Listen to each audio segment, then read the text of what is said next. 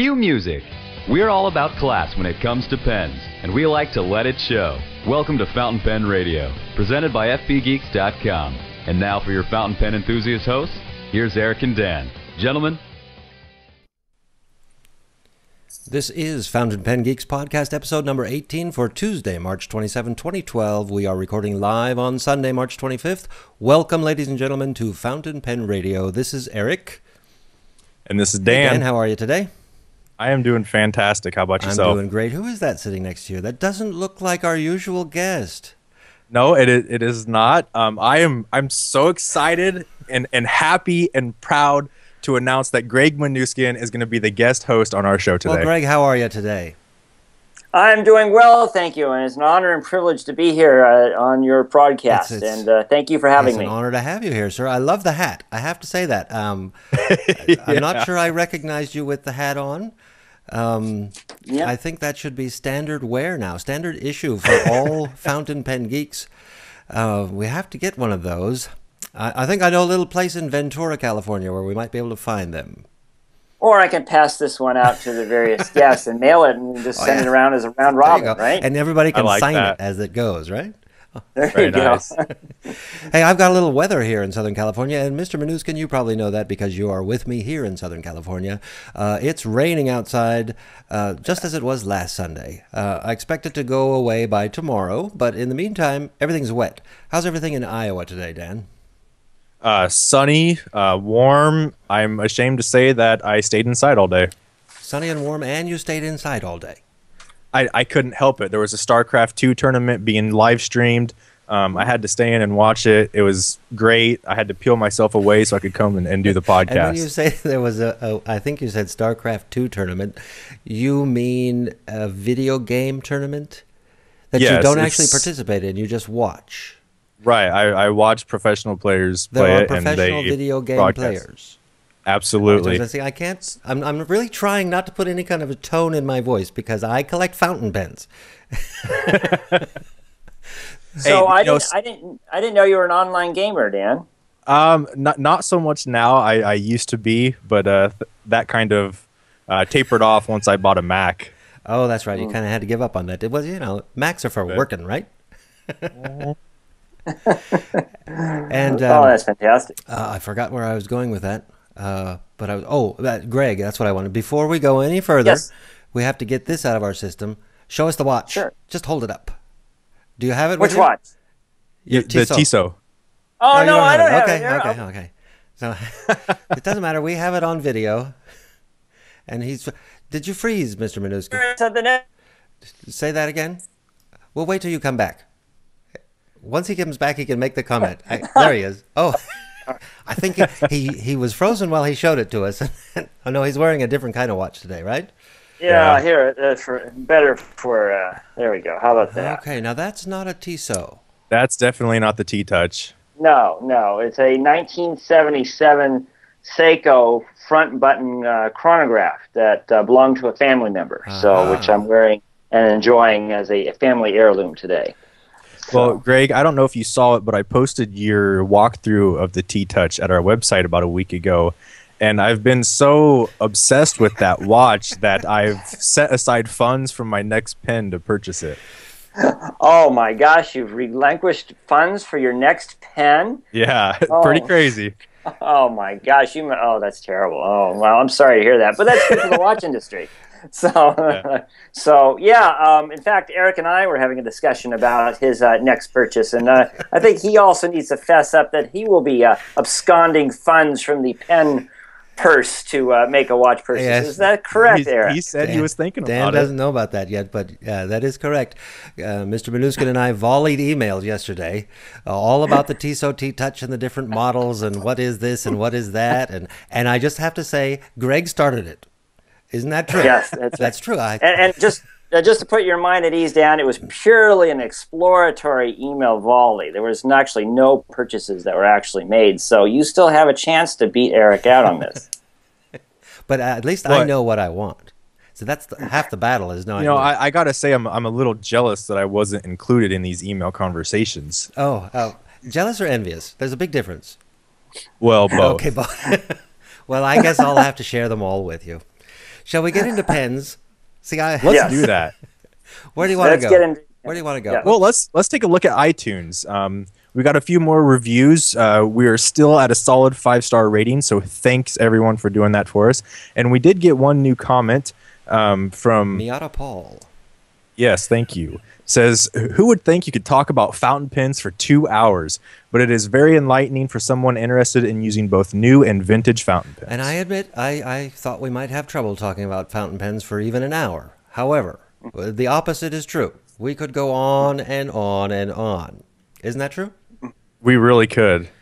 I plan to join in that foray of going on and on. I'm going to. Let's go to pen shows. Mr. Minuskin can probably join us in that one. One is probably over now. It is the 25th, but the one in England has probably come to a...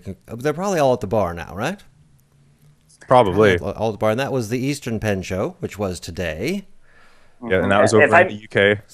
If I may make a comment about the Eastern Pen Show in the UK, I've known people who have gone to that show, and I have to say that it is quite fascinating to see a completely different crowd of individuals who are at that show, as well as, excuse me, different merchandise. Different merchandise. See, we were trying to find somebody last week who was either going to go to the Eastern Show or the upcoming Northern Pen Show, also in the UK, and we've heard from nobody yet that has attended or is going to attend, and I would like to, because I'd like to get some thoughts on... well, what happened? Who's there? What do you see? Because in my imagination, they're the exact same thing as they are here in the States. But apparently they're not. There's different people and there's different merchandise. Exactly.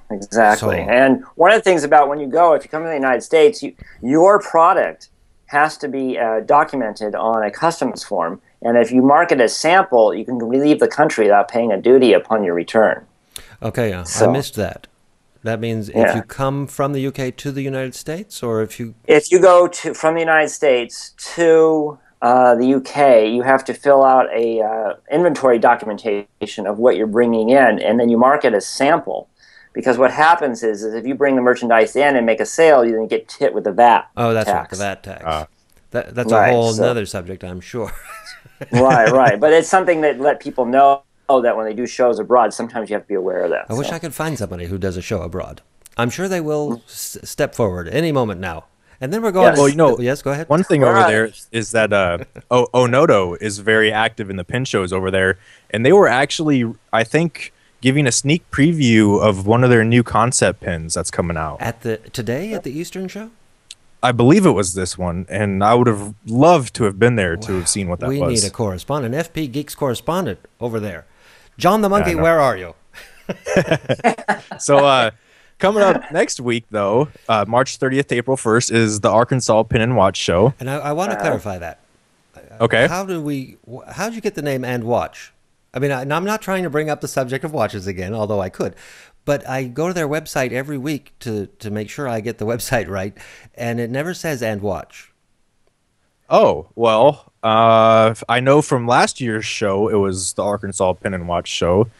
I thought I saw that when I looked at the 2012 date, but I don't know. I haven't been there in several weeks. So that's a mystery. So. However, every pen show I've ever been to has had somebody with watches. So Right. I wonder if all of them can be technically called Pen and Watch Show. So then we have, after the Arkansas, we have the Atlanta Pen and Watch Show. Yep, that's going to be a huge show. April 22nd is the Northern Pen Show in the UK, and the May 3rd through the 6th is the Chicago Pen Show, and we will definitely be there. And they've got an awesome website, so check that out at chicagopenshow.com. For the first 500 attendees, they're giving away a Schaefer messenger style bag. Kinro will be sponsoring the show. They have a schedule of events up. Susan Worth, Joe Hamilton, and Roger Cromwell will all be doing seminars. They'll have an auction there. They have prices for the show and the hotel and things you can do. I mean, it's a really great website. It's laid out very clearly. Definitely go check that out. I'm super excited for this show. What about you? I am very excited, especially hearing you read off all the stuff that's going to happen there. I don't remember all that stuff happening the last time we were there, and that was 2 years ago. Well, that stuff did happen, but we were so busy exploring Chicago outside the show that we missed quite a bit. Well, into the evening. I mean, about 5 o'clock we'd leave, go get dinner, and then explore and have fun. Yeah, so. we did have some fun in Chicago, didn't we? Mr. Minuskin. Yes. What is your next pen show, sir? My next pen show is going to be the DC show in August. All right. I've had a little bit of surgery, as you two know, and some other people know, on my foot. So I've curtailed some of my traveling until I get better, obviously. But yes, DC, I will be there, bright-eyed and bushy-tailed. And as an added bonus, I will be traveling with Michael Saul. Really? Well, awesome. You mean Michael Saul is also going to be at the DC Pen Show?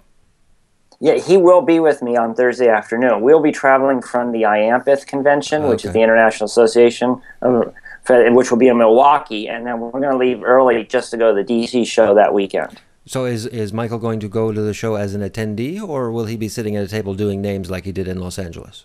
He'll be exactly the same as he did in Los Angeles. Fantastic. Well, it'll be great to see him again. Yeah, so it's a spoiler alert. Spoiler alert. And yes, we do plan to be at the DC show, do we not, Mr. Smith? Yeah, we are. We're both going to be there. So we're doing Chicago and we're doing DC, and then hopefully we'll find time to do Columbus. At least that's on my radar. Yeah, see, I saw that face, Dan. I saw it. Probably not for me. I mean, well, we're hitting probably, arguably the 3 biggest shows on the circuit. Maybe next year, 2013, we'll hit some of those smaller and more vintage-focused shows. Maybe even get, more into the Northeast. Okay. I mean, I'm just throwing crazy ideas out there. I have no idea what's actually going to happen. What we want to do is go to every single show, wouldn't we? Well, yes, ideally, but... Okay, what's going on at the site?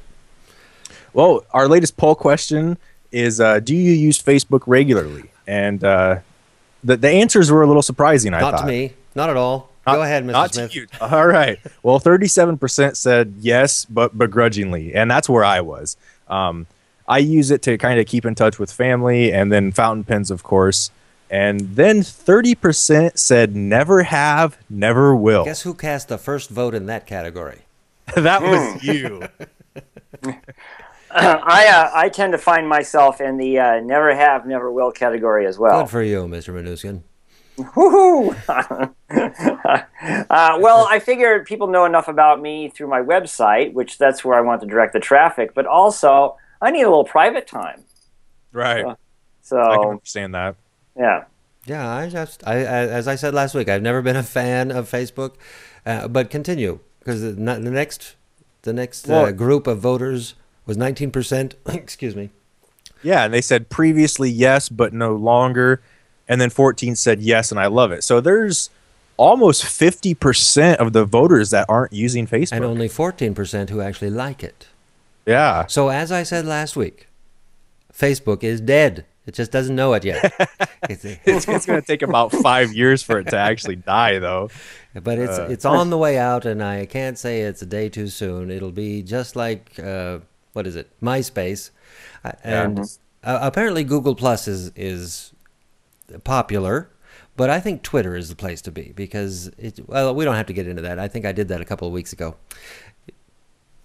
So if I may just interject, do you think this poll is based on the demographics of the pen collecting community being an older crowd that's not necessarily that they're less technologically advanced as younger people, but somebody that's 16 or 18 is going to be more like a Facebook individual versus somebody in their 40s and 50s? I think the teenagers today have given up on Facebook, and they're the ones who are going to lead us away from it.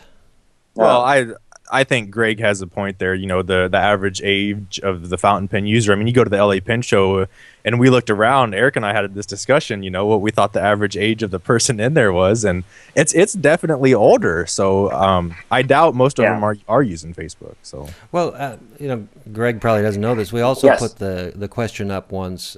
Do you use Twitter? It was a yes or no, and the majority said no. So ever since then, I've been trying to sell Twitter. Yeah, I'm not a Twitter person either. So Twitter I like because it's not as invasive. It's much more privacy. And people get to tweet things that I see, but they only have 140 characters to either make me interested or not. And so it's a lot less invasive for me personally. Well, and they don't change their privacy policy every 2 weeks and automatically opt you into it. There you go. But anyways, before we get onto that rant, Sure. are we going to have a new poll up at the site now, or are we going to wait until Monday at 10 a.m.? Well, it'll go up Monday at 10 a.m., but we don't know what it is yet. So while we're recording this podcast, why don't we have members of the audience? Do we have an audience, Mr. Smith? We do. We've got 30 viewers right now. We've got quite a few in chat. And so, yeah, everyone, we need a suggestion for a some poll. Suggestions.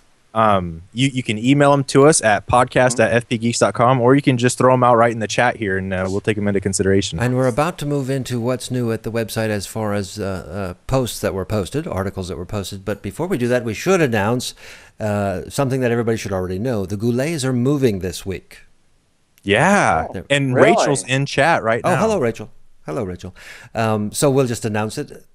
For them, they're moving this week to a larger warehouse that is apparently 2 doors down from where they are currently, that they just basically moved into not too long ago. So they're. I was going to say, wasn't that just like 2 weeks ago? I think it was a week and a half. So if you want anything delivered, let me see if I get this right. Correct me if I'm wrong, Rachel. If you want anything delivered quickly, you need to order by midnight Eastern time tonight. If orders placed after midnight tonight, in other words, Monday, may not go out until April 2nd. And she says that's correct. Okay, so go to the website right now, people. Leave this broadcast. We don't need you here as much as you need to get over there and order your stuff. That's right. Buy, everything. And while you're there, don't forget that 11:59 p.m. Eastern, what is it, daylight time tonight is your last chance to buy. I'm going to get the name wrong, but it's the special edition. What is it? Limited edition of the Edison. Edison Pearl LE. The buy ends tonight. It ends tonight. We've got. I was going to mention that. I don't know how long ago. How far away is that time wise? There are 3 hours ahead of me. 5, 6, 7, 8, 9, 10, 11. 3.5 hours. Something like that. So just leave this broadcast. You don't need to be here. This will be recorded. You can listen to it any time. What you need to do is get to the GouletPen.com website and order stuff now. But Rachel, you stay here to keep us company. Now. Order now. All right. You think that, you suppose they're going to send us a nice big fat check for that? Ooh, I hope so. What was that? What was that? I was wondering if the Goulets are going to send us a check for that. Oh, okay. Well, maybe. So we do that because we love the Goulets. And I'll have to say it again. What did I say last week? I ordered the Goulet Verge de France paper, and it was here in just a few hours, all the way on the other coast. I've ordered since then another tablet of their paper, and it has arrived since then. And yesterday I ordered yet another one, and I fully expect it any minute now. In fact, if the doorbell rings, I'll just be having to leave. Okay, shall we continue? Yeah, let's do that. What have you got for us, Mr. Smith? Yes. Levenger reintroduces the Decathlon. Now, if you're familiar with this pen, you'll know that previously it was in black with chrome trim. It's a 10-sided faceted pen. I've owned 2 of these pens. They're fantastic, and they are re-releasing it in a Shiraz resin, and it's like a maroon kind of burgundy with like a metallic sparkle to it. It's absolutely beautiful. The only thing about it is that it's a cartridge converter, and it's $140. $140. That all? Is that all? Wow. Shall we talk about what's at your site right now, Mr. Minuskin? While we're talking about leaving this broadcast, go take a look at gregminuskin.com, because earlier today I saw a pen that I almost had to buy. If I wasn't saving money for a watch, I may have bought that pen. Yep, absolutely. I agree with you. So you've had at least one of these pens, these Levenger pens, the Decathlons. Yeah, I've actually had 2. When I saw this post come up, I went looking for one because I could have swore I still had one, but no, I sold them both. I'm kicking myself for it because it's a great pen. One of the reviewers on their website says he was disappointed with it because of how light it was and flimsy it was. Now, going off the black version that I had, it certainly wasn't flimsy, but it was light. I mean, resin is a lightweight material, but it was an absolutely gorgeous pen. It felt great in the hand. It felt great capped. It wrote beautifully. The one thing I didn't like was the gold two-tone nib, gold-plated two-tone nib. And so on one of them that I had for sale that you can find the link to in the post, I actually removed the gold plating and made it just an all stainless steel nib, and it looks so much better. and I would probably do the same thing with this. How did you remove the gold plating? Yes. I just used micro mesh, Oh. and I started with kind of a rougher grit and just used that to remove it, and then I slowly went up to the smoother grits to bring some of that shine back. Oh, interesting. Now I looked at this pen, and I have to say that I really actually like the nib and the two-tone, Dan. And here's the reason why. It reminds me, at least the shape and the layout of a vintage Onoto. Oh, okay. You mean like the Yes. Magnum or something? Yeah, exactly. Yeah. And I actually like the look of it. The look is okay, So, and I can't speak to the Decathlon, but I have in the past ordered from, is it Levenger or Levenger? I don't know. I say Levenger. Levenger. We'll go with Levenger. I've ordered one of their True Writer pens, and it was so light that I sent it back. Yeah, I don't care for the True Riders. So I don't know about the Decathlon, but you say that one of their reviewers says that it's light, and as soon as I hear it's a Levenger pen, that's the first thing I think of. It's light. So light that I sent it back. Well, this is a light pen. I mean, it is. There's no two ways around it. It is a very light pen, but if you're going to be doing long extended writing sessions, that's a good quality to have in a pen. Okay. And you say So- you had so take two. that into consideration. You had two. You I loved did. them so much you sold them. Well, the reason I sold them is because I got them at a smoking deal, and I made bank on them when I sold them. Taking your I profit do is regret what it, you were but doing. Oh, okay. yes, I was. So Well, speaking of smoking deals, Aha! what have we got here?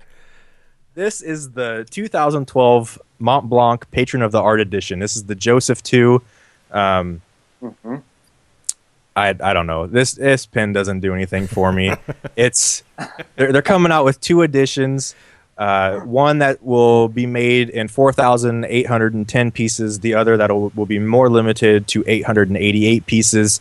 That one will be in blue and white hand-laid lacquer with a sapphire in the clip. Retail on that is going to be 7,600 euros. I don't know what that's going to be in US. 7,600. Yeah, I don't know. Well- too much. That's how much it is. Too much. Yeah, it's too much. The pen doesn't do anything for me. The red one still doesn't do anything for me.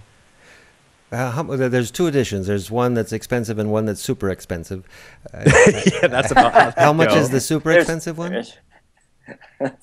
Or is that the price they don't tell us? No, the blue one we don't have the price on. Oh. The 7,600 euros is the red one of 4,800. So let's think back to the Alfred Hitchcock where they made two editions, one expensive, one super expensive. And how many did they make of the super expensive? 88, I believe, or something like that. Right, and I it don't was know. $27,700.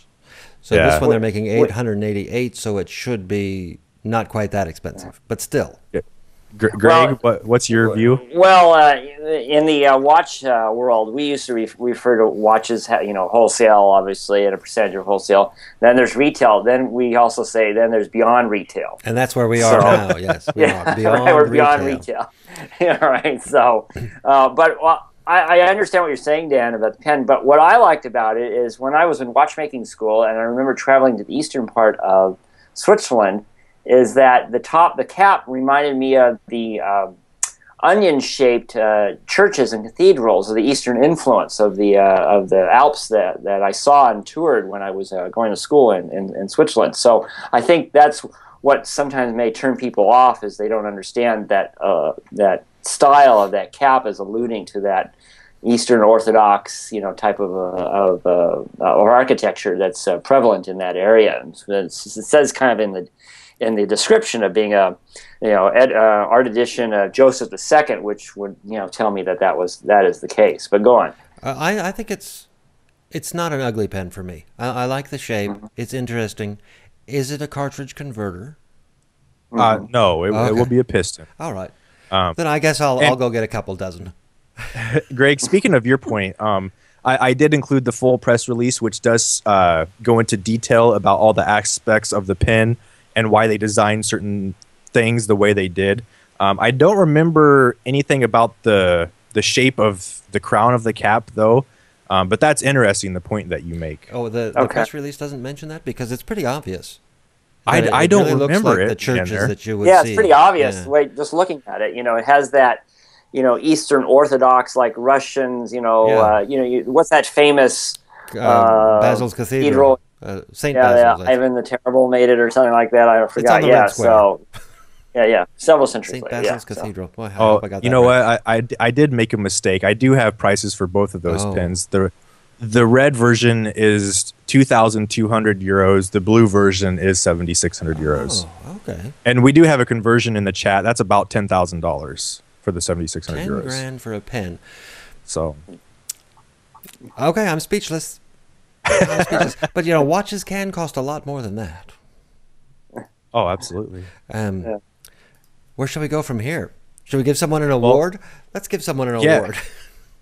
Pelican, they have earned a Red Dot Design Honorable Mention for 2012 for their Pelican gift box. Now let's see, it's similar to the boxes that old hats used to come in. I guess it's a round design.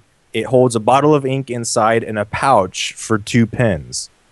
Okay. I didn't get the hat box similarity there, but now that you say it, yes. But it's much smaller than a hat box would be. Right. It's a diameter of 22 centimeters. And, this was, let's see, I think product design packaging was the category that they won the award for. So they got an honorable mention in product design packaging, not for the actual product, but the Red Dot jury liked the packaging. And I like the packaging. Yeah, it looks good. It's a champagne color and looks like a bronze color, highlights, and it's really beautiful. Lamy and TWSBI have both earned Red Dot Design Awards for their products. So and did TWSBI get it for product or packaging? Packaging, I know for sure. I thought they got it for the Diamond 530. Okay, because I went looking at Red Dot and I couldn't find any. Oh, their website is ridiculous. Yes, I just couldn't find anything. But I was hoping that TWSBI got it for packaging because their packaging is amazing. What's interesting, Dan and Eric, about them earning this award, to me, it will expand their market presence, particularly in Japan, where packaging is everything. And for them to win the Red Dot Award and that kind of design certainly speaks that they're obviously trying to make a product market towards, a culture or a society that, views packaging as one of the, not necessarily the contents, but the packaging as well as being really, important. And to win that award, to me, tells me that they've really got some people on the ball in the marketing department. Well, that's interesting that you say that, because for our awesome reviews, I believe they should be sending us all their products designed to go to Japan, because we do take packaging into consideration. And personally, I view it as an event. When I get a new pen and I open it up, that box, that packaging, everything involved counts towards the experience of that pen. So we do take that into consideration, and I would love to see companies put a little more effort into that. Yeah, I agree. And I very much like the packaging too. The packaging can add or detract from the product. Absolutely. But speaking specifically to this packaging for the Pelican, you said the pouch holds 2 pens. Are they selling this? Is this something that they're selling with 2 pens and ink in a hat box? No, I think it's more of a gift package. Okay. So you buy this and you can buy a pen and put that in there, and you would get they call it a flagon of ink, I believe. A flagon? Yeah, I don't know what that is, but that's what they call it. So someone in chat will tell us what a flagon is. And then where are we going? Well, Should we go to Italy?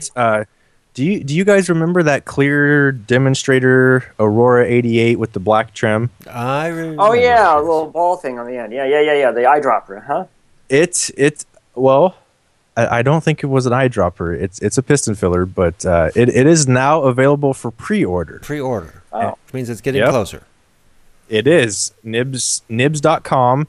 They have it for $760. And we did throw up a few more pictures. We got one of the packaging and also a high-res image of the nib. The nib is beautiful. I love the black coating. Hold on just a moment. Did you just say the nib is beautiful? Yes. So all Aurora has to do to make their nib beautiful is make it black for you? I guess so. That's amazing. Because it's just a standard I know. Aurora nib. Has 18K I know. It looks exactly... and a circle in the middle. It's a boring nib. But as soon as they make it black, Dan's on board. I don't know what it is about it, but I just love that black coating. The trim and the clip and the demonstrator. Oh, man. This pen is freaking gorgeous. You like this pen, huh? I do. It's like the SR-71 with, the radar absorbing material, right? You have that certain affiliation or need to see that kind of like high-tech look, right? Yeah. Yeah, I don't think I'm going to be getting this pen. I like it. Oh, no. I like it. I don't love it. But to me, it is an Aurora 88 big. Right. It'd be a great pen to have, but there's no way I could pay $760 for it.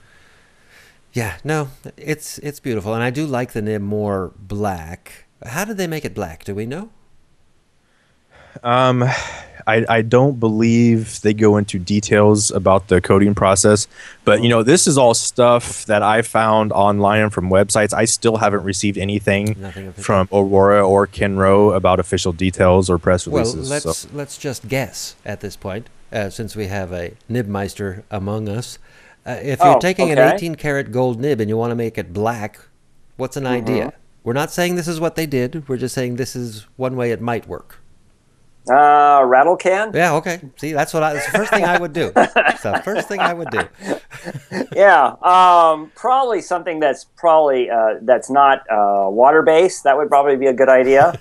My wife, who is a paint expert, she would probably be able to give me some suggestions as well. But there's no such thing as black gold that you can put on a nib. Well, maybe in South Dakota, there's black gold, but yeah, no, I think what it is it's an anodized process, that it's a little bit more adhesive. I talked to somebody last week, a well-known nib person as well last week about this process, and they said there's something about heating the nib, and then when it's expanded, they put it on in a molecular way, and then when the nib cools down, then the bonds become tighter, and so it becomes much more of a coating that's won't flake off or chip off if you happen to chip it. It's more of a permanent coating.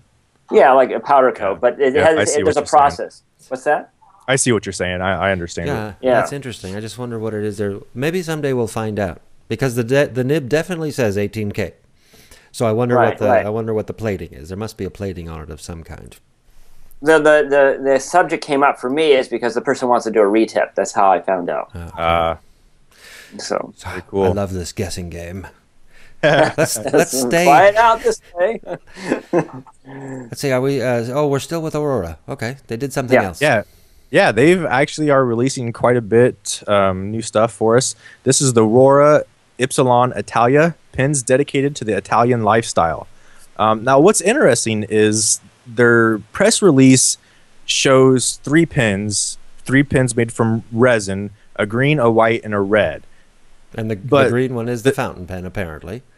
Yes, but the single images they sent me show the pens with metal caps with some kind of engraving on them. And they have yet to tell me what the difference between the two are, if there's any price difference, if there's any kind of limited availability of them. So I have no idea what's going on, but there are two different styles of the Ypsilon Italia, and they celebrate the Italian lifestyle. Oh, I'm glad you mentioned that, because that was going to be my first question. Because I went to this post and looked at the pens with the metal caps, and they're not even mentioned here.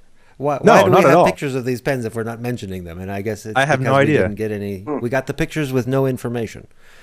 Yeah. And go ahead, Greg. I'm looking at it. The green one with the metal with the design on it looks like it's almost like an anodized aluminum from the photo, from the scan.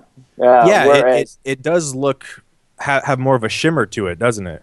Right. Whereas the other pens that may have been whatever resin or whatnot that have maybe not the metal caps look like they're more the traditional injected molded plastic. So and the shape of the cap doesn't even look the same on the metal capped ones. It's as if they're a different pen. Exactly. Yeah. Right. Yeah, there is a little more of a bulge to the resin cap and bodied pens. You know, we're talking only in looking. We're talking only we're speculating, but based on these pictures, that top picture looks like it could be an aluminum pen. Right, and like they would make that. It looks like aluminum, like green aluminum that used to buy those tumblers that you'd get cold milk out of. Yeah, exactly. Yeah. So, what I liked most about this is that there's a cap band on the caps of the pens that we know something about. It's a tricolor cap band in the colors of the flag of Italy. But what I liked was the press release. What it said was that magnificent writing instruments, decorating each of these magnificent writing instruments is a 3-colored lacquer ring able to provide the pens with an important chromatic addition. What are they talking about, a chromatic addition? Well, if you look at that all-white pen, I mean, that cap band really does something for that. Is that the best way to say it? It's an important chromatic addition? I just, I thought that was kind of funny. Hey, it's marketing hype. What are you going to do? But I almost wonder if it's like translated directly from Italian or something. That maybe it sounds better in Italian. I don't know. Well, and guys, I would think that, and maybe I'm getting off on a tangent on this one, but I would think that I would expect to see in the future Italian automotive manufacturers having their names put as limited edition on some of these pieces. Oh, I think we already have some of that, don't we?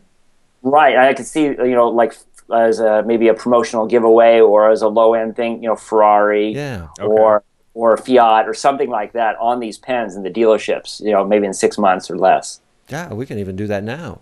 We'll buy some of these pens and find an engraver and we'll just go off to the races. Haha. No pun intended. So we don't have a price on these, but I am assuming they're going to be around the $200-300 mark, possibly. If that's a little too expensive for you, Sailor may have a solution. They are coming out with a pen called the Lacule. Is that how you would say that, Eric? I have no idea how it would be correctly pronounced, and we got in so much trouble last week for our pronunciation that I'm hesitant to. Lecoulet. I'm just going to refer to it as the new Sailor pen. Maybe Sailor Lacule. Huh.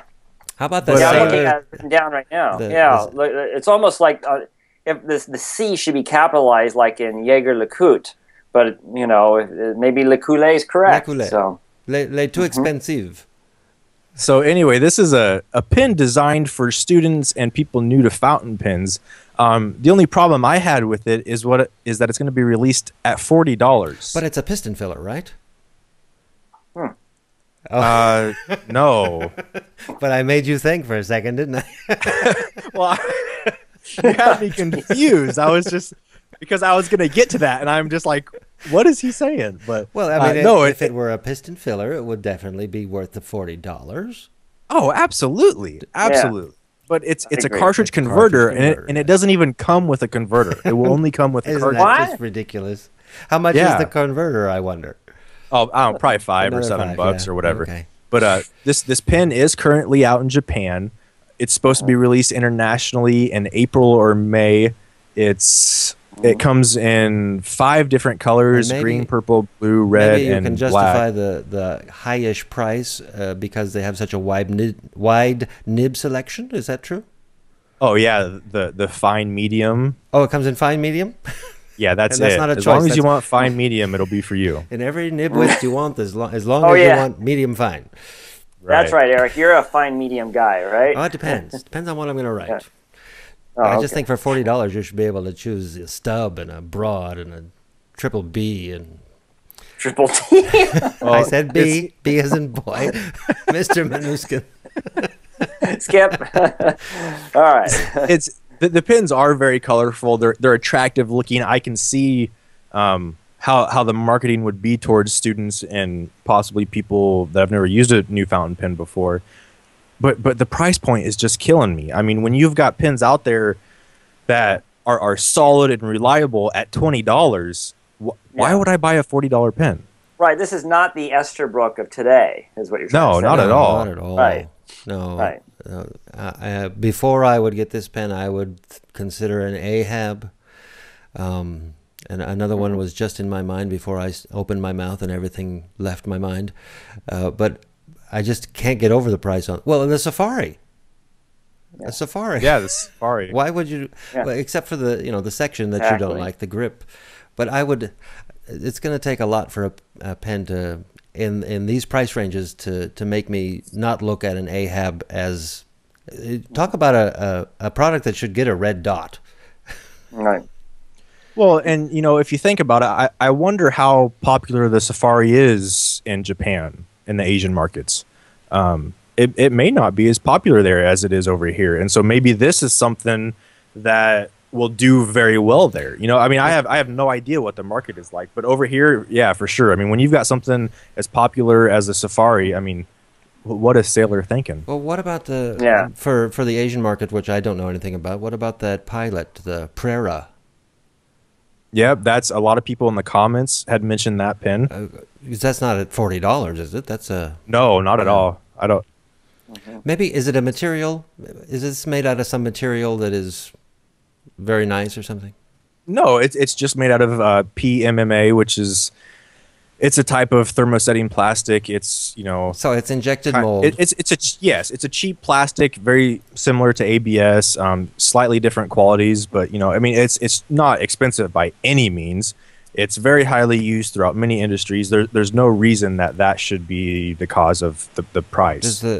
Does the nib have an anchor on it? Okay, I might go for it then. I think I see an anchor on that nib, and I've always liked that anchor on the Sailor nibs. Yeah, you could be in trouble. All right, let's go back to Europe. God. Yes. Yeah, Aurora again. 3 times. I don't know. Yeah, they're coming They out owe with us a another check, new too. pen. I'm sorry. It's called the Style Bronze, and this is a pen created to capitalize on a trend. I mean, there's no doubt about it. If you read the post, you would clearly see that. Well, pretend I didn't read it and tell me why it's capitalizing on a trend.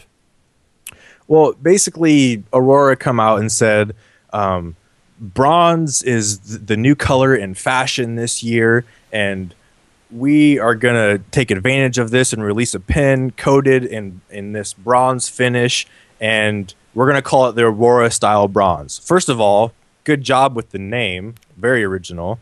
Wait a minute. And second, are you not being facetious? I'm sorry, you couldn't tell the tone of my voice. It was either way. No, it's terrible. Okay, yeah, because I don't like the name either. I mean, really, change out the clip, and it looks just like that Ypsilon Italia we just looked at. Well, Right. this is made by the same company, is it not? Yeah, And let me I mean, guess that this pen is not actually made of bronze. no, Well, no, it's a bronze color. I mean, if I may chime in here for a second on this Please one do. here. The Aurora, from a technical standpoint, my experience has been that the Aurora has a better feed for modifications and has more versatility. Okay. Okay. Do we have a price on this, an MSRP? no, we don't, Okay. not yet. I don't know. This pen does not do anything for me. No, not at all. But I suppose But if you like that there color. are people. Yeah, I mean, there are people that are going to buy it just for that. Certainly, I won't be one of them. But Just for that what? The fact that it's... well, just basically what the pen represents. I mean, it was made to capitalize on a trend. I mean, I'm not going to buy something, made because of that. The design certainly doesn't do anything for me. The color doesn't do anything for me. I'm sure the price is not going to do anything for me. I'm going to assume it's a cartridge converter? It is. Okay.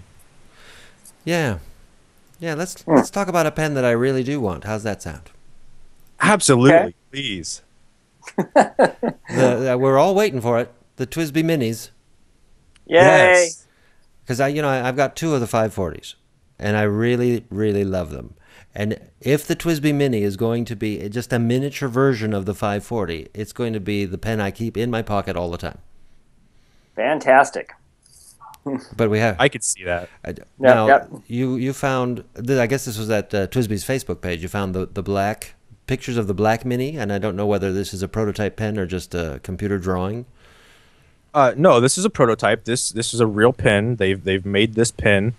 I like how he just qualified it as a real pen for you, Eric. It means as that opposed makes you feel to. good, doesn't it? He means. Yeah, we'll take that out of context. It's better that way. That's right. I had to throw that in. Go ahead. Does anybody else think the cap from this looks like the cap on the Mont Blanc Bohème? Yes, and Yes. this. Oh my this, goodness! This cap looks fatter than the first pictures of the minis that I remember seeing. Those, remember the blue minis? I think so. Somehow Yes. this cap has gotten fatter, and I don't like it. Not that I'm not going to... Really? No. Because I do. I saw this and I was like, oh. Oh, you like this, do you? I do. It looks really good. I love the black and chrome. I love the opaque I like the material. black and chrome.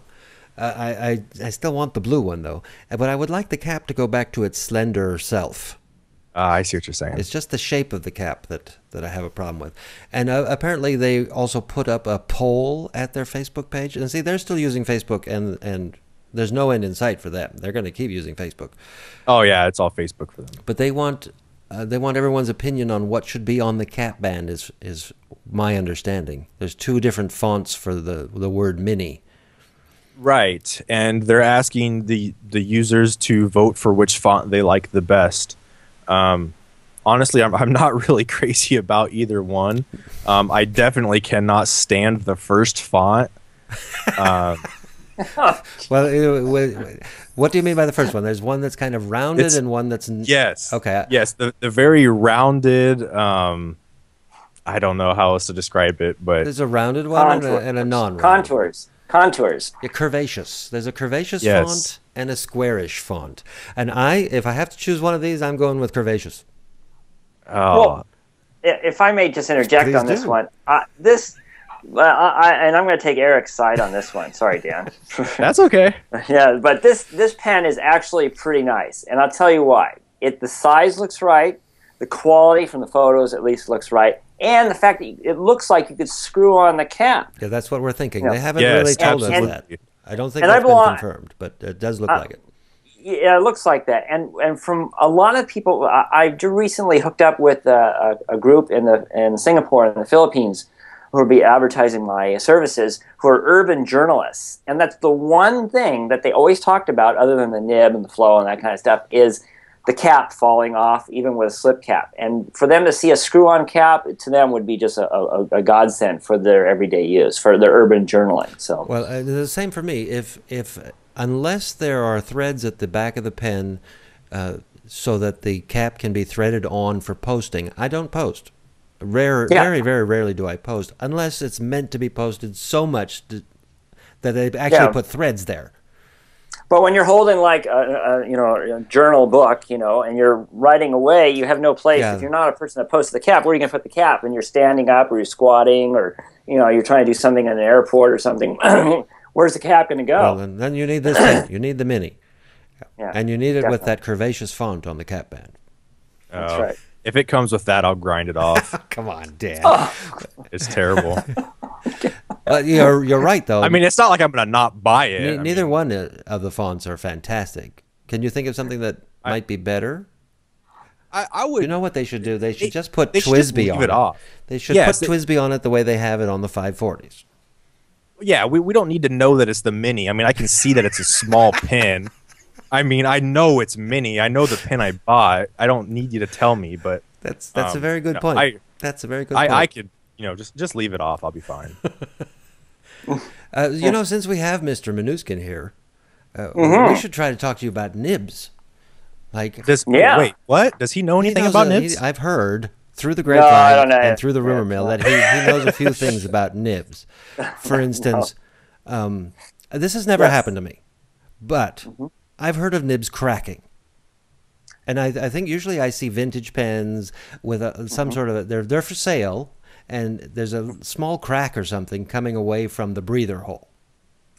Well, glad you brought that up, Eric. I've been getting quite a number of repairs for cracks, and usually what's the traditional way of repairing these cracks has been is to basically lay some gold in there and then heat it up and then hope for the best that you basically sweat in the cavity that's been created by the crack over so time. that's basically what they do to repair roads here in Southern California. Right, and we know how our tires feel about that. Right? So thumpity, thumpity, thump. So, but my method is for crack repair is to use a laser welder. And what that does is that you still have to add gold, and sometimes you have to use a significant amount of gold, and gold, the way the price is, does get up there as far as the cost. But when you use a laser, it actually molecularly changes the adhesion point, so that crack will not open up again. Whereas the other method of just laying gold in there is like you said, Eric, is just filling a pothole. Right, exactly. Filling a pothole. So a laser, did you say laser welder? Laser welder, As opposed to an arc welder. You don't pull out your arc welder to work on a nib. You use something that's a laser welder that does the same job but in a very small scale. Is that how that works? Exactly. Yeah, and it's the laser welder is usually used for jewelry repair. Oh, okay. And so I've been able to adapt that to the nibs. But what's happened is that I'm of course getting a lot of repairs, which is great. But what I've noticed is that you literally have to have an encyclopedia of how many different nibs are out there, because every nib is different and reacts differently to the laser welder setting. So there's no one setting. So believe me, all the practice, I blew a few holes through some restorations, So, but a Waterman pink keyhole nib, vintage nib repair is way different than a Schaefer's rigid nib. And then Eric also asked me to mention that one of the reasons these cracks develop is there's actually two reasons.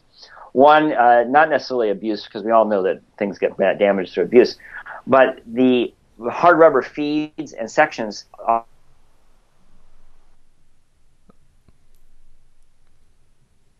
Oh, Greg. Greg, can you hold on just a second? Your audio went out. I'm not sure if you're hearing me. Hold on. I'm going to make you repeat everything you're saying. I'm hearing you. Yes, okay, good. You're hearing me. Dan, do you hear me? I hear you, Eric. And what about the audience? Are they saying they hear us?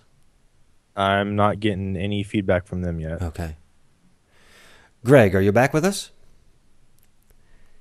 He is not back with us. Oh, the chat apparently hears us. Okay, we have to call Greg back.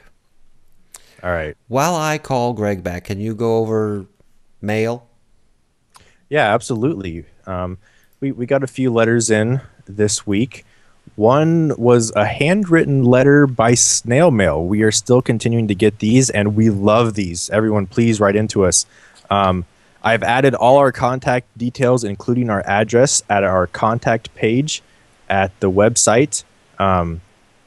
So please go there, get our address, and send us a little note.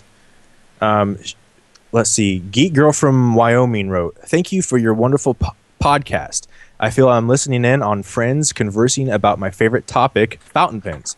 Keep up the great work." And then she says, "P.S. Hey, Dan, my son is a Hawkeye too, junior year. He loves Iowa. We wear a lot of black and gold. Go Hawks." And that's right. Go Hawks. What exactly does that mean, Dan? What's a Hawkeye? What? Now, come on. Well, there could be some people. We have a worldwide audience. So, yeah, Geek Girl from Wyoming, she just went to, probably my top 3 favorite people in the world. Now, I'll have you know that I have responded to her via postal mail. Mr. Minuskin, I believe you're back with us. I'm here. Can you hear me? We can hear you. Okay, good. I don't know what happened. We don't have your video. I've got your still photo in your spot. But if you were saying specifically, you were talking about the differences of repairing different kinds of nibs. Like a keyhole breather is very different from something else. Yes, so it's different from a rigid Schaefer's Lifetime from the 1920s. So you have to often vary the repair and settings of the laser welder to accommodate not only the type of gold, the type of nib, but also the thickness. And that's what I've been able to master over the years. And then I think you were saying that it's not just the breather tube that can cause cracks. You don't get cracks just in the breather tube. There's also down in the shaft of the nib where it meets with the feed in the section. Exactly. Also, you have a problem with the tail, is where a lot of pressure is applied, and the tail of the nib. So I do tail crack repairs as well, and that's how we refer to it in the business today. The tail of the nib. Now, what about? Yeah. I've seen lots of vintage nibs, and many of them seem to have different shades, like they're different colors almost. Right. How do you get the color, or do you always see a seam after a repair? Sometimes you see a seam, but what I've also been able to do is to match the color very close to the original color of the nib. Many manufacturers would use different, similar to like clothing, dye lots. They would use different gold lots. Then they would have different alloys, a little bit more tin, maybe a little bit more copper, maybe a little bit more of manganese, maybe a little bit more silver, and so you get these variances in colors, which you can still see on the nibs today. So by selecting the appropriate repair wire, because it comes as a wire, one is able then to best, as close as possible, match the color of the repair to the original color of the nib. So once again, this is really part science and part art. Yeah, it's both, yeah, because you're doing color matching. You're doing restoration, which is like you're working on an old master's painting. One would need to, do the best they can to make it as seamless as possible, both in the restoration and the repair. So just let me ask you: once a nib is repaired that has had a crack, let's say it's a small crack, whatever small means, small crack coming from a breather tube, right? Is that nib? And let's say it was a flexible nib.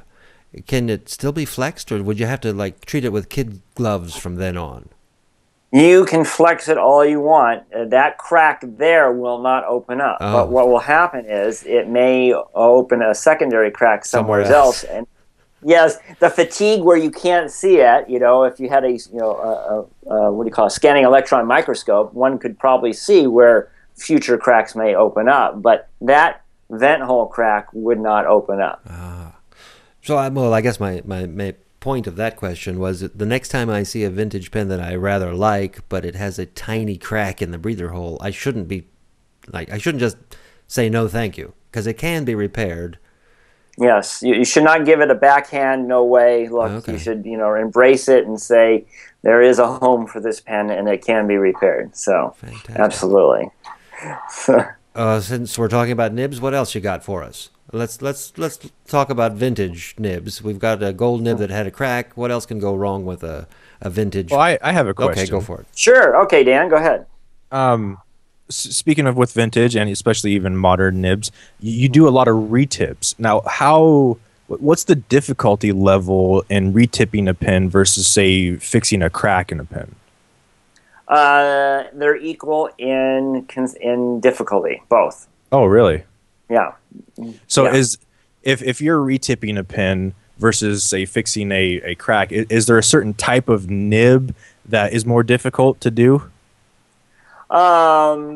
Usually the vintage stuff is more difficult to do because the instability of the material. You're working with stuff that may have been sitting with an acidic ink, dried up acidic ink in the feed for 40, 50, 60, 70, 80 years.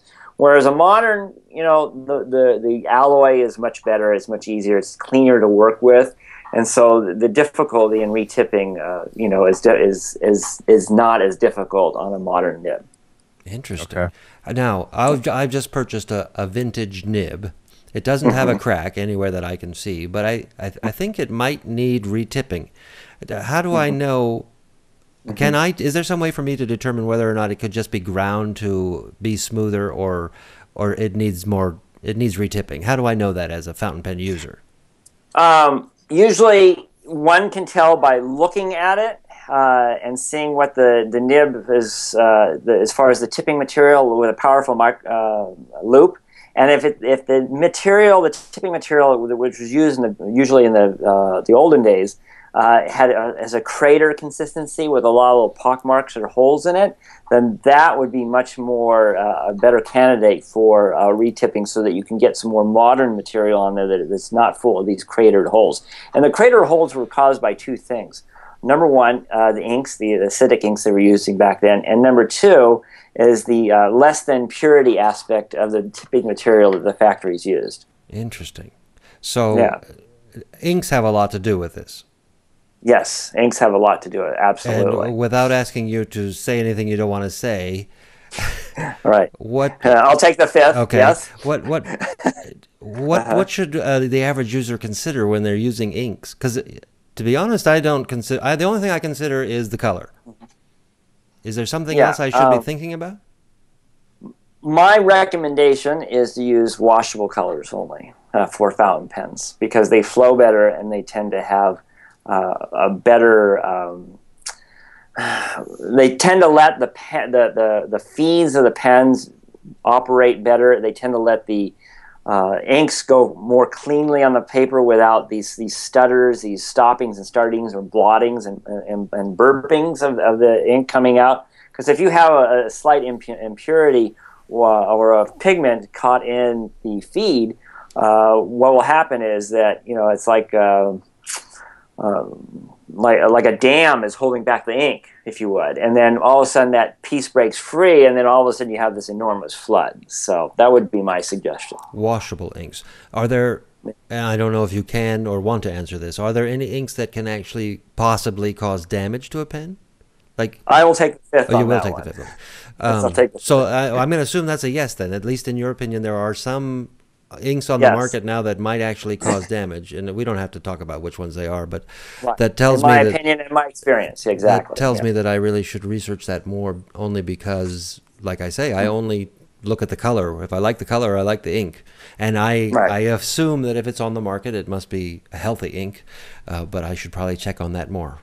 So I'm going to take you off the hot seat. I'm so sorry I went there, Mr. No. We can draw parity here. We all love to eat Hostess. Not Hostess, but like Ding Dongs and Twinkies and stuff. But are they necessarily healthy for you? No, not necessarily. So right, exactly. Yeah. But they're fun food, So.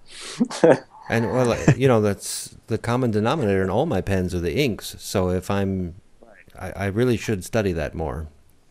Right. Dan, right. Put him in the hot seat. I've already done my job. No, I'm going to stay on his good side. I'm still on his good side.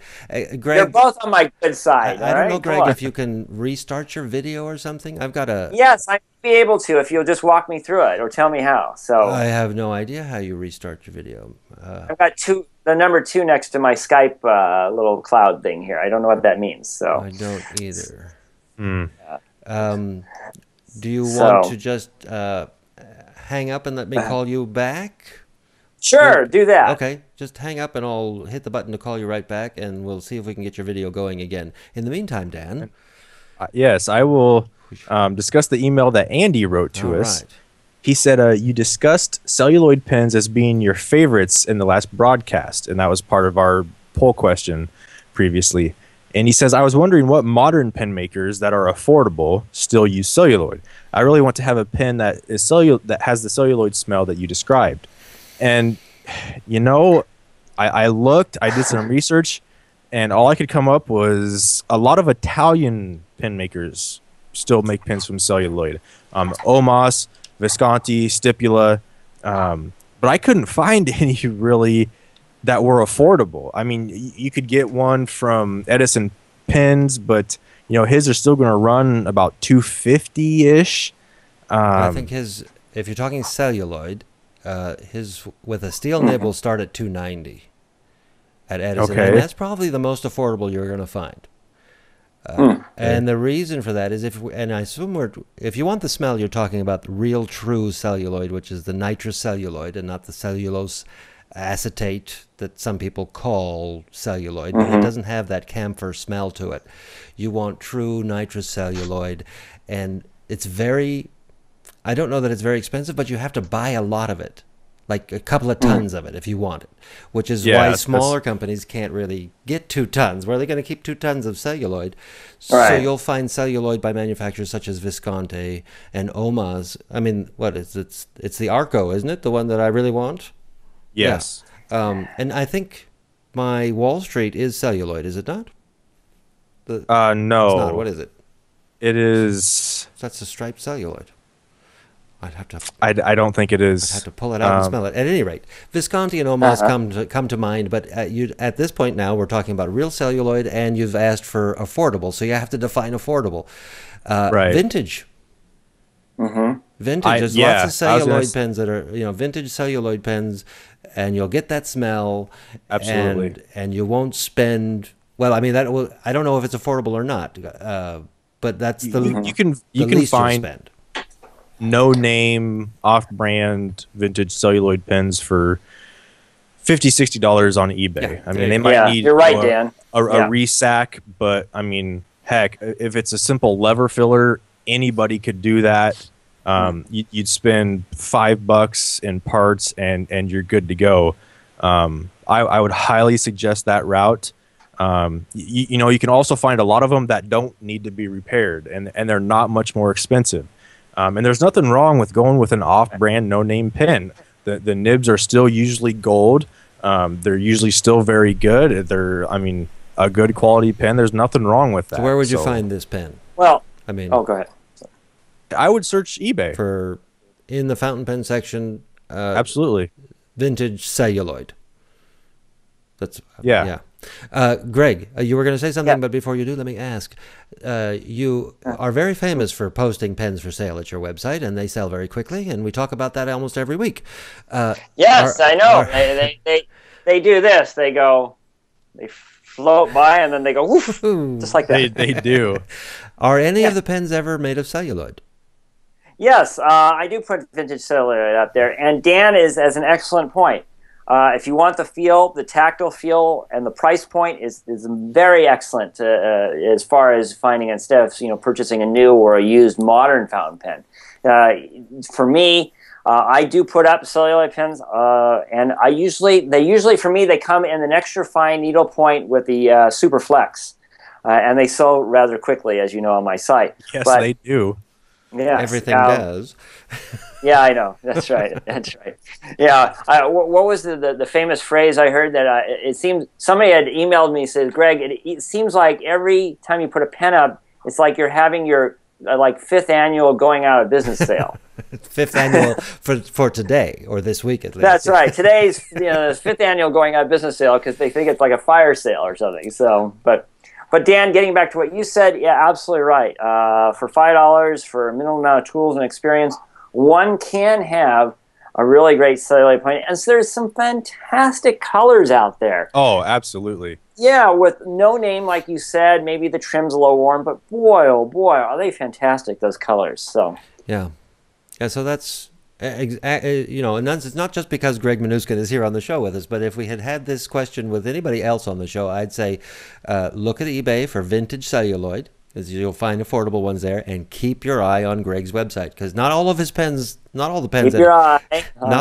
that he sells are celluloid, but he sells vintage pens, and some of them are celluloid, and they're good pens if they come from Greg. That's right. Oh, absolutely. Right. So there you go, Andy. I hope that helped. And if you want to, just get an Omas Arco, because that's that's affordable. Well, those are the beautiful ones, aren't they? They are very, very beautiful. Yeah. See, now, can I just expound on that one? A vintage, an older Arco, or a newer one? I would happily take either. I was going to say I would take either one. Okay. All right. Because from a technical standpoint, if I may just tell you in 20 seconds, the older one, the piston actually rides inside the barrel. The newer one, it's got like an inner sleeve, and it rides inside an inner chamber. And I suspect one of the reasons why they did that is because the celluloid, as it is exposed to the atmosphere and over time, tends to shrink. And what happened was, on the older ones, the pistons, because the piston was riding on the inside wall, it would shrink, and then those pistons became impossible to turn. Okay, so I want a newer one. And for the old ones. With this the newer ones Now, hold on. The newer ones have the metal section. Oh. Yeah. Oh, I can't have a metal section on a celluloid pen? I knew that was coming. It's impossible. I will whittle down the piston if I have to. Oh, yeah. What's going on at the audience? Anybody got a question? Yes. Because we're going to move into the forums in a second. But if the audience is... we've kind of addressed everything. Okay. So, What have you got from the Fountain Pen Geeks forums there, Mr. Smith? well, we got several good things. A post that we've had up for a while that is recently come back to life is, does using a fountain pen make boring tasks more bearable? Now, does this ring any bells with you, Eric? Yes. Why do you ask? Well, I believe you posted this, didn't you? I don't think I started it. You did? Okay. Well, you have several posts in it, so I do remember. I think yes. Well, I know. I responded. I think someone posted that question. Does it make it bearable? And I responded with a handwritten note. Yes, that was it. Saying yes, of course. We've just got a lot of people posting in there about the different things that they do with their fountain pens, and the task that they use them for. And there was one person in there, Tracy Lee. She says that she uses hers to take notes in meetings, and she uses different colors in her different pens, and she writes all over the margins. And then every 6 months, she scans them into her computer, and she says she loves to see her notes that way. That's Tracy Lee, who works at NASA. Yes. who's sitting in meetings at NASA taking notes, personal notes in the margins of her. Very good for you, Tracy Lee. What I really would like to know is how she's scanning in these notes. Scanning has always been so difficult for me, but it would be something that I would like to do. We're getting off subject, but yeah, I'll write to her personally now that I know. Now, I don't want to say she's a NASA scientist. I believe she's an attorney for NASA, but I could be mistaken if I am. Well, that's just as close there, Eric. I think gosh. But I know she rides a motorcycle. She does. Whoa. She's one of my most favorite people on the forums. She's awesome. She's awesome. And then we also have in the Geek of the Week suggestion thread that I announced a couple of weeks ago. We had someone say it was Hippity Zippity said, correct me if I'm wrong, but I believe that all of your Geek of the Week interviewees thus far sell and or service fountain pens professionally. I think that it would be great also to profile someone of the fountain pen collector in the community. Have you guys also considered doing any short form written interviews for the site? This would be a great way to feature fountain pen collectors and highlights from their collections, and also post lots of pictures. Collectors who are strictly collectors, there are some of those names on the list of nominees, and they are absolutely not excluded. It's excellent idea, because then we can learn maybe a little bit of a gifted insight into why they like just Waterman hard rubber, why they just like late Conway Stewart, why all these different little aspects. Right, and whatever it is they're specializing in. Yeah, because that would just be a cornucopia of information then, that you would not necessarily get in a book or in a casual conversation at a busy pen show. So I think it's an excellent idea. Yep. And I concur. Yeah, and Hippity Zippity is actually in chat. So hi, Hippity Zippity. That's awesome. They're saying Sarge. They definitely want Sarge to be a Geek of the Week. I wholeheartedly agree. But just to let you guys know, our Geek of the Week list is pages and pages long. So we will definitely get to those guys. It's just just so everybody a matter knows, of logistics. Sarge was bashful about the idea when I approached him with it at Los Angeles. I'm still working on that. Yeah. And if you ever find yourself with British sterling pound money and you're at a pen show, he'll give you U.S. dollars for that. That was so. I had that experience. Somebody paid me for something in British sterling. Like, what am I going to do with this? Oh, Sarge. Yeah, now see, yes, Sarge knows I want him as a Geek of the Week, and I'm sure he will agree to it at some point. It's just a matter of getting over. Some candidates are nervous about it, and some, as in Mr. Minuskin, are not. They're gung ho about it. So it all depends on the nominee. But speaking of Sarge, to jump back a second, don't you suppose that he's at some of these UK pen shows? Man, I would certainly hope so. I'm going to have to get in touch with the man. Yeah. So, yes, back to that particular thread. People who are just geeks, just collectors, not really in the business, they're on the list too, yes, absolutely. Great. And then we've got a Fountain Pen Kid. He's asking for a cheerful but useful blue And to go a little bit long with that, we've got someone else asking for cheerful ink choices. So as far as a blue, I don't really have anything to recommend other than Iroshizuku Asagao. And then for just cheerful ink, man, I'd have to go with Levenger Pinkley. You would do that. I mean, it depends on what kind of cheerful you're looking for. Is that an everyday cheerful, or is that an in-your-face cheerful? It could be. I mean, if it wasn't a limited supply, I would use it in every pen every day. But yeah, I've only got about 3/4 of a bottle, and I've never seen any more pop up. Wow. Why is it limited supply? Well, they stopped making it several years ago. Oh, okay. And I got a full bottle of it in a batch of like 6 bottles that I bought on eBay, and I've never been able to find any more. Okay. Got it. Well, if I'm going to use a blue, it's probably going to be what used to be called Waterman Florida blue. And I think we're looking for a cheerful blue. Is that what Fountain Pen Kid was looking for? Yeah, a cheerful blue. Cheerful but useful. Waterman Florida blue, or whatever they call it these days. Yeah. I like that one. And as far as just cheerful inks, well, happy. Waterman South Sea blue, whatever it is called these days, I like that one. And the Pilot inks, the Iroshizuku inks are absolutely. And for me, I would say definitely the Pilot inks. And also, I mean, I test all my pens with Parker Quink blue, and I also then test with Mont Blanc inks as well. So they seem to perform the best given all different papers and all different conditions and all different types of feeds. Which ones, the Parker or the Mont Blanc? Both. Both. I see Mont Blanc. I don't use a lot of Mont Blanc inks. Why? You know, it's hard to find. I guess that's going to be my excuse. Okay. I'll let that excuse go. Okay. The place I buy most of my inks, or I guess all my inks, they don't sell Mont Blanc. So, and if I go, I did want some Mont Blanc oyster. I think they call it oyster. It's like a gray oyster. And I went to the Mont Blanc website to try and buy some. Is that a confusing website? Well, let me just ask you this, Greg. Where do you get your Mont Blanc inks? Or do you just zip over to South Coast Plaza? I actually buy it from I buy my inks from either the pen shows, then I can haul back, carefully wrapped, of course. But mostly my test ink comes from Fred Krinky for the Fountain Pen Shop in Monrovia, California. We have an agreement. He sends me stuff in priority mailbox, and I just order off the shelf, basically. Fred's fantastic. Does he carry Mont Blanc inks?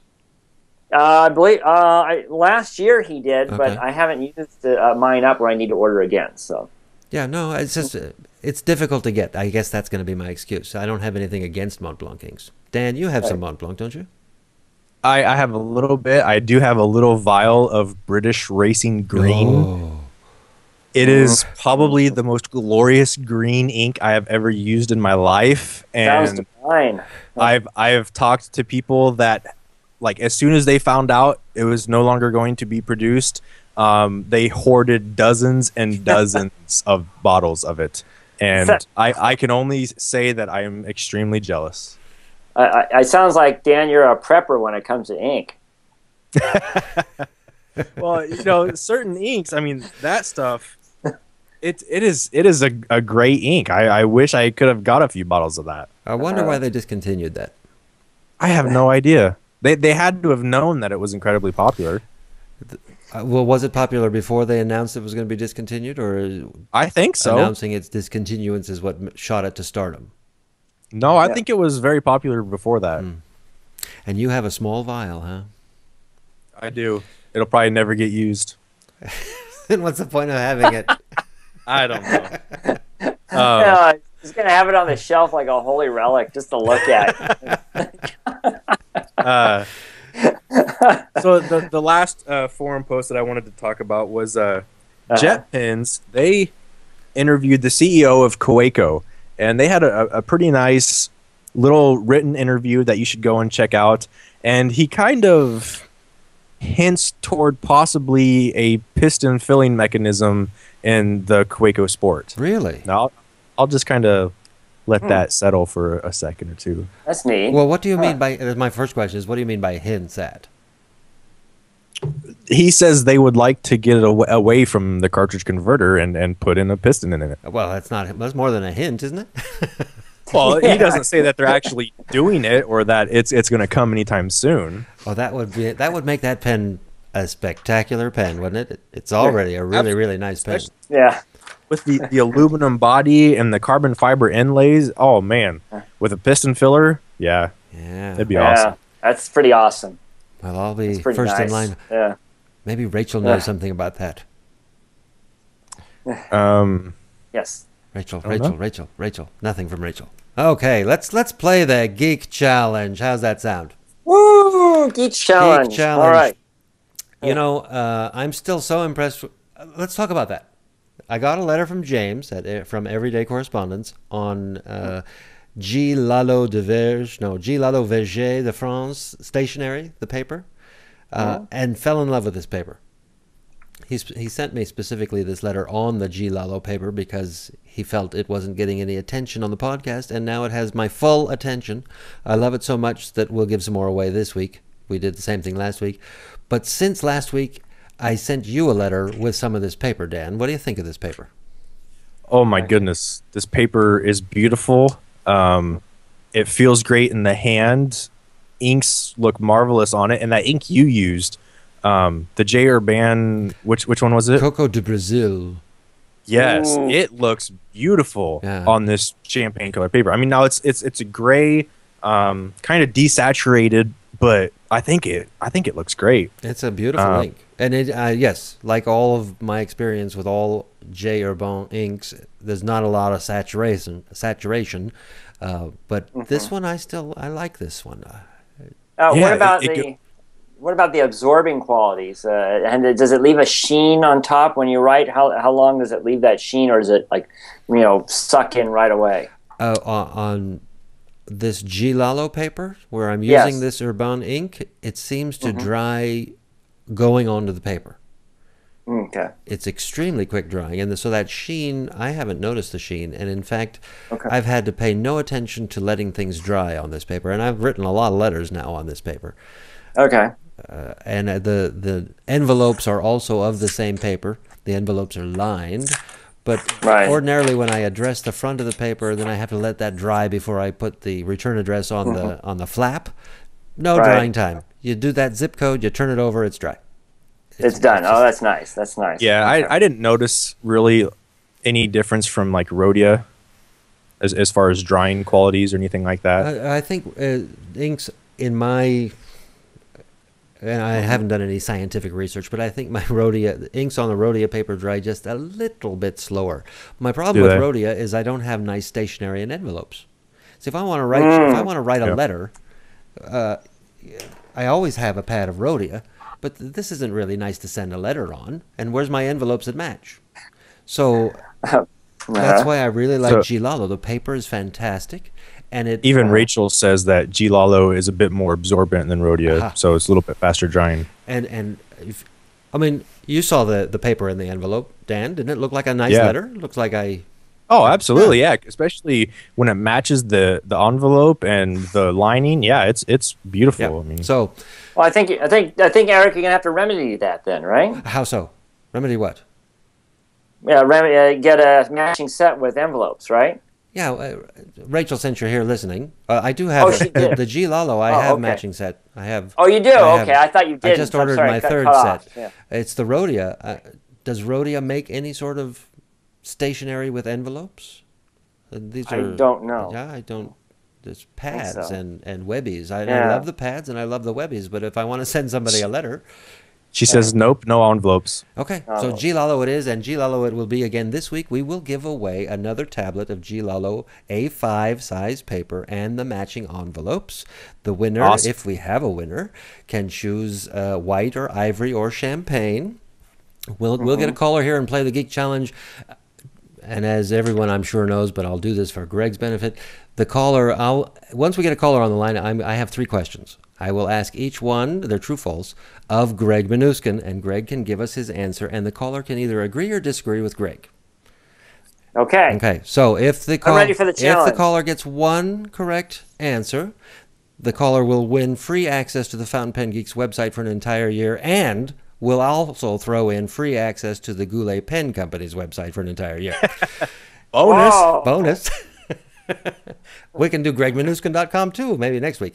Yeah, that's right. Whew. If the caller gets 2 correct answers, they get the free access to the websites, plus they get a Fountain Pen Geeks button that they can wear on their lapel or put on their book bag or wherever they like. If they get all 3 questions correct, they get the website access, the button, plus they'll get the A5 tablet of Goulet Verger de France paper, plus matching envelopes.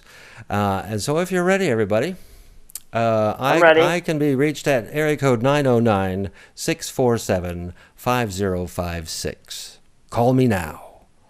What's going to happen when we don't get a caller? I guess we won't give anything away, huh? I suppose we'll just keep it. That's fine. Yeah, I'll keep it. Keep it.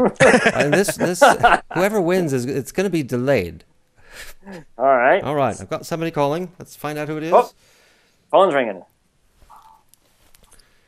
Oh, and we have to explain to Greg that the caller won't be able to hear you. Hello? Hello, Who's calling, please?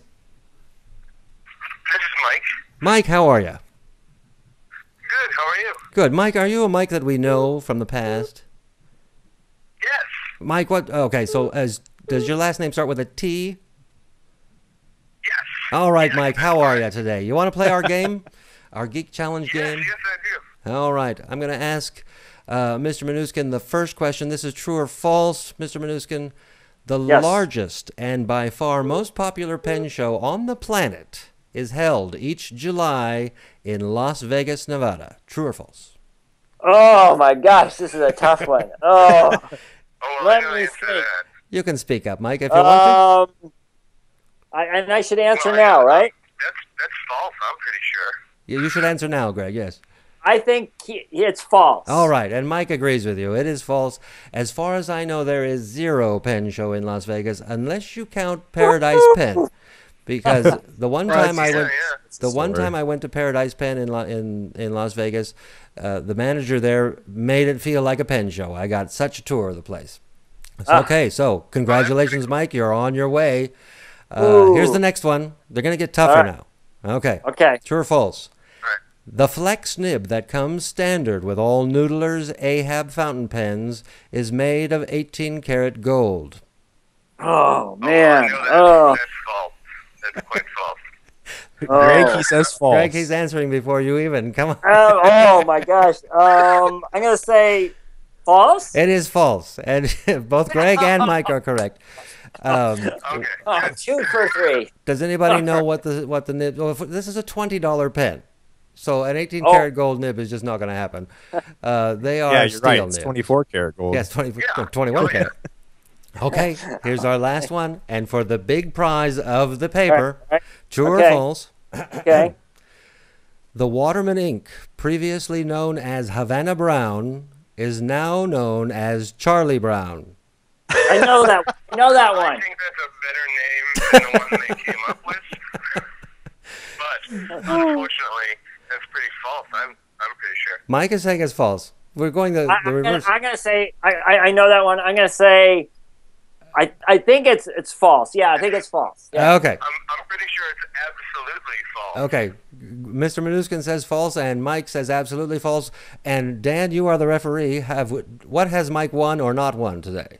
He has won the G. Lalo paper. Fantastic. Congratulations. All right. All right. You two talk amongst yourselves. I'll be here with Mike. Charlie Brown. They absolutely have to rename it that. That's just awesome. How you doing? Oh, I'm still wow. on the air. I'm Glad sure I you was. can hear me. Well, you know, Greg, we didn't mean to put you under such stress. Or I'll send you an email. I know. I got a napkin or something that Okay. damp my brow here. There we go. There we go. Phew, God. So, but I promise to study a little bit more later for the next time I do the Thanks for questions. playing. Okay. That was So All right. yeah. So, but that was fun and challenging. So. Thanks. So, hey, Greg, now after the LA Pen Show, you had someone stay with you for about a week or 10 days or so, right? Who was that? Yes, we had as an honored guest Michael Saul, and he stayed with us after the Pen Show. He had to do a couple of jobs that were due to some clients, which he did actually on my wife Janet's writing desk, and he did some certificates, some award certificates for a day or two, and then he also had to do a sampler of Spencerian writing. It was done on flat black paper, flat matte black paper, with this white ink, and I have actual photos of him doing it. And then one of the classes that he taught, he taught a class, a 2-day workshop on the weekend near our house in the Fountain Valley, Costa Mesa, Orange County, California area. He actually then delivered that sampler to the customer who had ordered it. It was also a participant in that 2-day workshop. And it was amazing, that creation that he did. And the woman who received it, who had ordered it, she was so happy that they posed with the sampler with Michael Sull, and they took pictures together. So, and that's incredible. Huh? That's incredible. That's yeah. These photos now, are they online, available to people to check out? You can actually see them on my website, www.gregminuskin.com, as well as I can send photos to you, a couple samples that you can also share with your listening audience to see him in the actual creation of this Spencerian sample. I've seen that post at your website, and I'll have a link to that specific post in the show notes for this podcast, so that people can just click on that and see it. And yes, that sampler was amazing. Amazing. Yeah, you did see a couple of photos of that, Eric. Yeah. I remember that. Yeah, so it was amazing, and he's very methodical, and he's very very conscious of detail. And they did the layout, and the best thing about the whole thing is that Janet got to watch him do it, and then she sat there and watched him do the layout and how he arranged things, and his reasoning and his thought process behind why he does a certain flourish here, why he does a little bird here, to fill in a space, to make it more balanced. And it came out beautiful, all done by hand. And he is an artist, that's for sure. Yeah, absolutely. amazing guy. And a wonderful human being to have as our special guest. He's so nice. I took him for a day. We went to the San Juan Capistrano Mission and the beach, and luckily it was a nice warm day. And we really had a good time together, and I showed him the sights and sounds of Southern California. Yeah. Very cool. So we'll see him again in D.C. Absolutely. He'll be there. Fantastic. Hey, Dan, why don't you keep an eye on if anybody in the chat wants to ask any final questions while you're looking at that, I'm going to remind people how they can contact us. Okay. We are available via email at podcast@fpgeeks.com. You can call us, 415-685-GEEK, 415-685-4335. We are on Twitter, twitter.com/fpgeeks, Facebook, facebook.com/fpgeeks. We have a website, fpgeeks.com, and a forum, fpgeeks.com/forum. Please send us letters. Fountain Pen Geeks, P.O. Box 499, Highland, California, 92346. Mr. Smith, anybody in the audience just really have a burning question? How long are you going to be on the air? I don't see any quite yet. Okay. But I do want to ask Greg, since everyone is so obsessed with trying to buy your latest pen, is there any hints that you can give us about any upcoming pens that you might have for sale? Oh, you mean a preview of what's to come? Yeah. Yes. There's a horde of pens coming from one of my picker suppliers that was mailed on Saturday. And there will be, I'll name the monikers, the names Schaefer, Waterman 52, a couple other no-name flex pens. But in answer to your question fully, how does one obtain these precious jewels more quickly, or, get on my site? Just a moment. Did I miss him ask that question? Are you reading his mind now, or? I'm reading his mind. Yes. That's right. It's like that's right. Yeah. Somebody has already decided that they want to put an app, I call it a Minuskin app, to my website. I know what that app's called. It's called Twitter. And if you would just tweet every time you post it, but the fact is you don't have to tweet. Right. Your pens sell in minutes sometimes. Right. So I've heard people say they subscribe to your blog. Does that mean anything? Do they get an email when you make a post, or?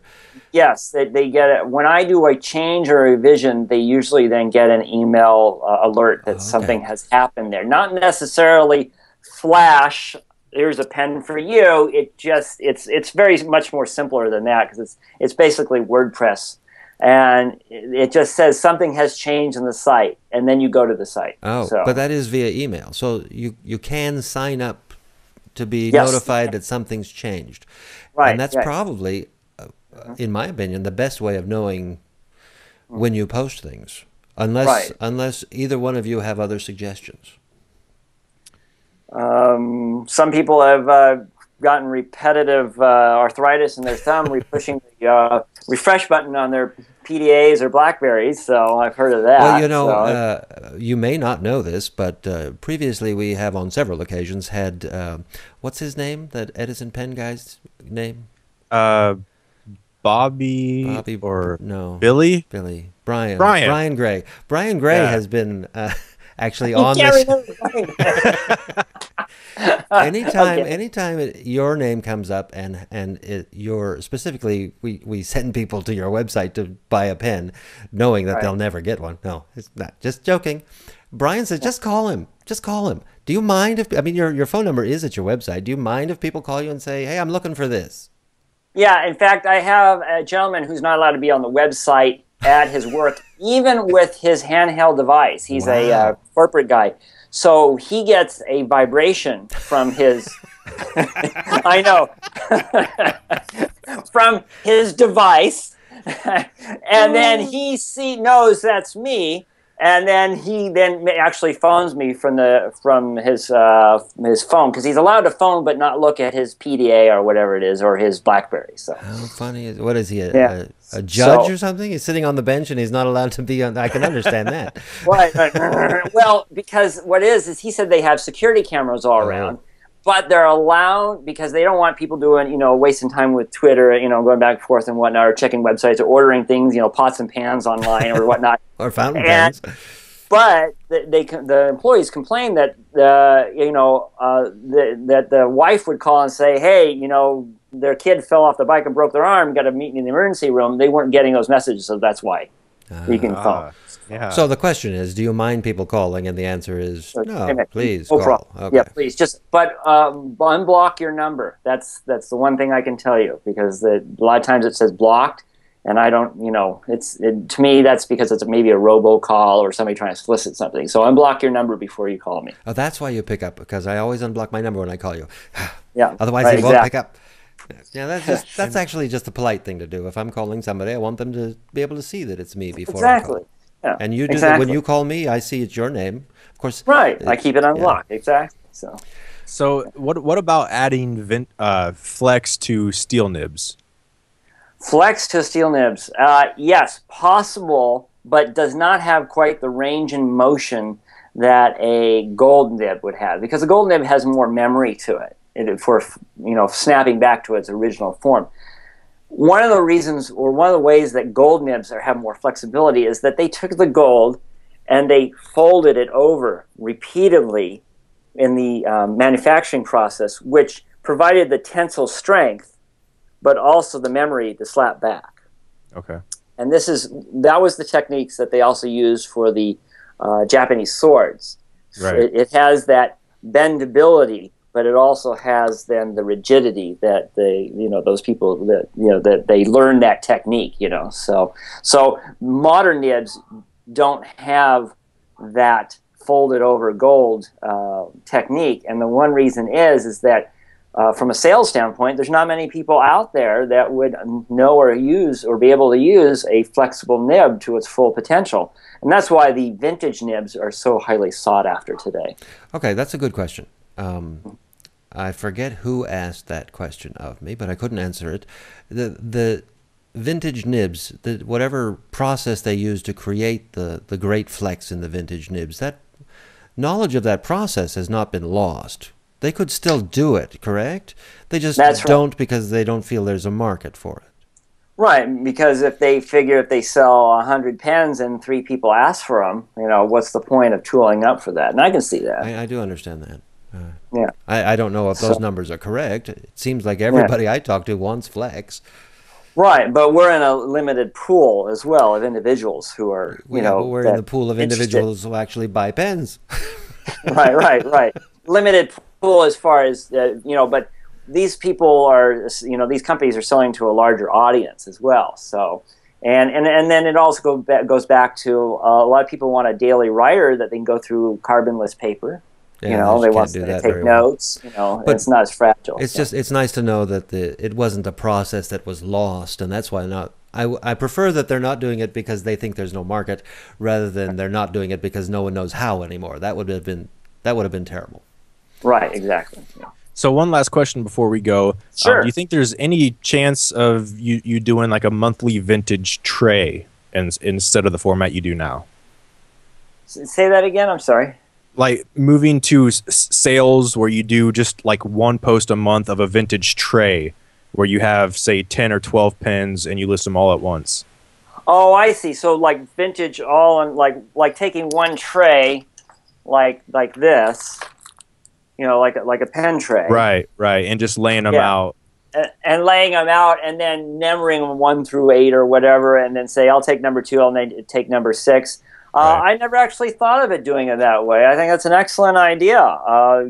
Gather up 6, 8, 10, whatever fits in the tray, and then lay them out. I think that's a great idea, Dan. And then that way, people can't be disappointed by the one post because there would be other opportunities depending on what catches their fancy. So excellent idea, Dan. I never thought of it that way. Forget it. You stick to this. You stick to the format you're currently using.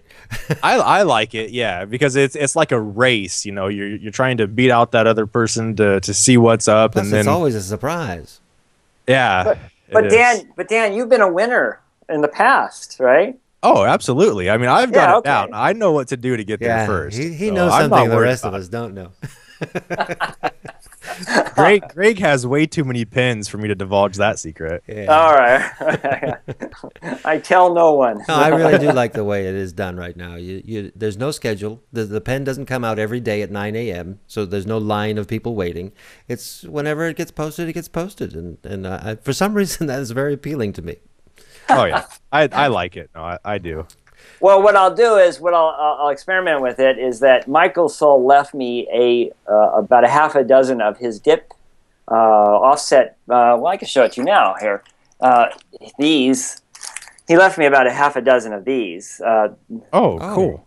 Yeah, then he hand makes these on a lathe, and he also then, maybe hard to see, but his name is hot stamped on the end, and it comes with a nib.